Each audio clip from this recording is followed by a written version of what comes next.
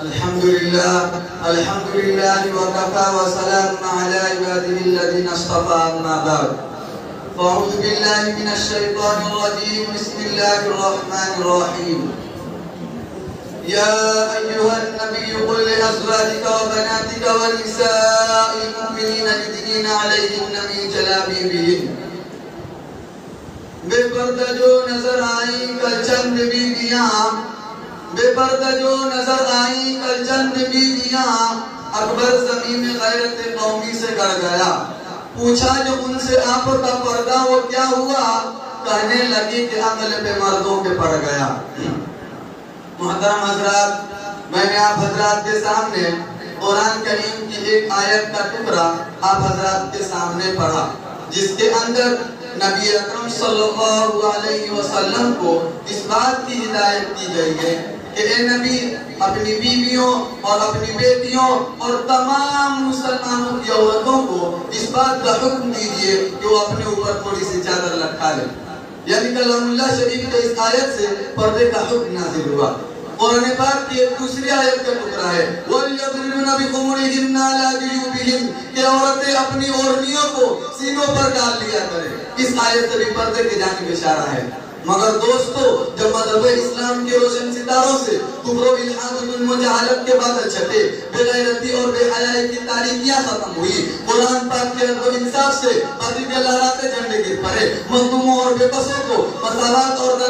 برابری کا درجہ ملا خاص طور پر ان عورتوں کو جو ظلم و ستم کے چکی میں پس رہی تھی مصائب و آلام کے پہاڑ ان پر توڑے جا رہے تھے اسلام نے ان کو ذلت و پستی کے غار سے نکال کر بلندی پر پہنچایا ظہور اسلام سے لے کر صدیوں تک مسلمان عورتوں کی بھلائی کے گیت گائے جاتے رہے اگر تاریخ کے اوراق کھولے جائے تو غیر مسلم عورتوں کی فضیلت اور برتری دکھائی غیر مسلم عورتوں پر مسلم عورتوں کی فضیلت اور برتری دکھائی دے گی لیکن دیکھتے ہی دیکھتے پوری دنیا میں شیطانی ڈنکے بجنے لگے اور مسلمان عورتوں کو مکاری و ہجائی کے پھندے میں پھنسانے کے ارادے ہونے لگے مسلمان عورت کو اس کے گھر کے چہار دیواری سے نکال کر شارع عام پر بدنام و رسوا کرنے کی ہر کوشش کی گئی اسے شمع محفل بنا کر بے نصیب انسانوں کے حوالے کیا گیا ان کی صرف ایک ہی سزا تھی کہ پردے کے دیوار کو چاک اور ریزہ کیا جائے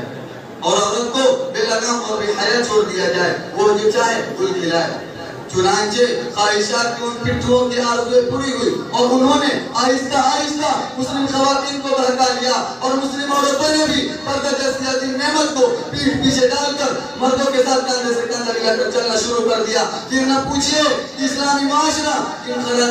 خرابیوں سے دوچار ہوا کتنی مصیبتوں اور کتنی آفتوں کا سامنا ہوا بدکاری و زناکاری عام ہوتی چلی گئی مکانوں اور دکانوں بستیوں اور بیابانوں میں برائیاں نظر آنے لگی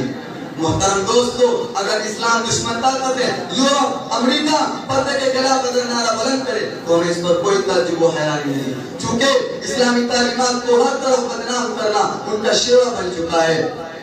مگر افسوس سخت افسوس کہ آج ہماری قوم کے اکثر لوگ جو مسلمان ہونے کا دعویٰ کرتے ہیں اور محمد عربی صلی اللہ علیہ وسلم کے امتی کہلاتے ہیں وہ بھی اسی ذہنی غلامی کا شکار ہیں خاص طور پر انگریزی تعلیم یافتہ طبقہ تو اس میں زیادہ مبتلا ہے وہ بھی پردے کے معاملے میں اسلام دشمنوں کے ساتھ ہے اور انہیں کے دوست بدوش چل رہے ہیں کسی شاعر نے ایسے ہی لوگوں کے بارے میں کہا ہے انہیں کی محفل سوارتا ہوں چراغ میرا رات ان انہی کی محفل سوارتا ہوں چراغ میرا رات ان انہی کی مطلب کی کہہ رہا ہوں زبان میری یہ بات ان کی محترم دوستو پردے کے مسائل کو لے کر مناظرہ بازیاں مضمون نگاریاں ہوتی رہتی ہیں پردے کے خلاف تحریکیں چلتی ہیں پردہ کو ایک بہت بڑی ناانصافی بتایا جاتا ہے عورت کے لیے پردہ کو قیدبند سے تعبیر کیا جاتا ہے کہا جاتا ہے کہ پردہ قید ہے پردہ کو وحشت بتایا جاتا ہے آج مغربی تہذیب نے عورت کی شرم و حیا کی دولت کو لوٹ لیا ہے کہتے ہیں کہ پردہ کرنے سے ترقی نہیں ہو سکتی نتیجہ یہ ہے کہ آج ہمارا خاندانی اور معاشرتی نظام تباہ ہو چکا ہے اخلاق و آداب اور شرم و حیا کا جنازہ نکل چکا ہے یہی وہ تہذیب ہے کہ جس نے عورت کو چراغ خانہ بننے کے بجائے ان کے اندر شمع محفل بننے کا جذبہ ابھارا ہے رواج بے حجابی خوشنما کانٹوں کی مالا ہے رواج بے حجابی خوشنما کانٹوں کی مالا ہے نئی تہذیب سے ہوشیار یہ تاریخ اجالا ہے وآخر دعوانا الحمدللہ رب